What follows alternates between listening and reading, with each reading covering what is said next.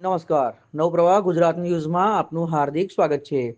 સિનોર તાલુકાના સેગવા ગામે ઘરકંકાસની સામાન્ય ઘટના દુઃખદ અંત સુધી પહોંચી છે.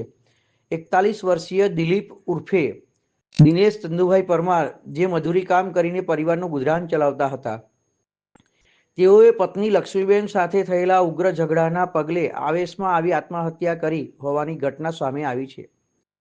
25 ફેબ્રુઆરીના બપોરે ઝઘડા થયા બાદ બપોરે લગભગ 12:30 થી 2 વાગ્યાની વચ્ચે કોઈને પણ જાણ કર્યા સિવાય ઘરેથી નીકળી ગયા હતા.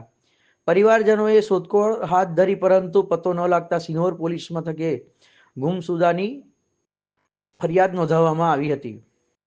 તપાસ દરમિયાન શંકા વ્યક્ત થઈ છે કે તેઓ સેગવાથી સીમડી તરફ જતી નર્મદા કેનાલમાં ઝંપલાવ્યા છે.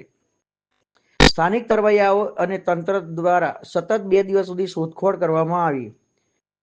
અંતે સીમડી અને કુકસ ગામ વચ્ચે કેનાલમાંથી તેઓનો મૃતદેહ મળી આવ્યો. પોલીસે અકસ્માત મોતનો ગુનો નોંધી આગળની કાર્યવાહી હાથ ધરી છે.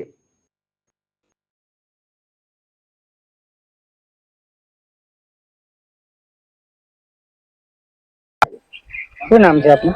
Viren Rajubhai Solanki, DCPO Karjan fire and emergency service. આજ રોજ અમને 8 વાગે રેસ્ક્યુ કોલ મળેલ હતો, તેથી અમે તાત્કાલિક ધોરણે અહીંયા રેસ્ક્યુ માટે આવી ગયેલ હતા. દિનેશભાઈ ચંદુભાઈ પરમાર, ગામ સેગવા, તાલુકો સિનોર ના રહેવાસી, આજ રોજ અગ્નિમય કારણોસર અહીંયા ડૂબી ગયેલ હતા. તેમને અમે તાત્કાલિક ધોરણે રેસ્ક્યુ કોલ કરેલ હતું.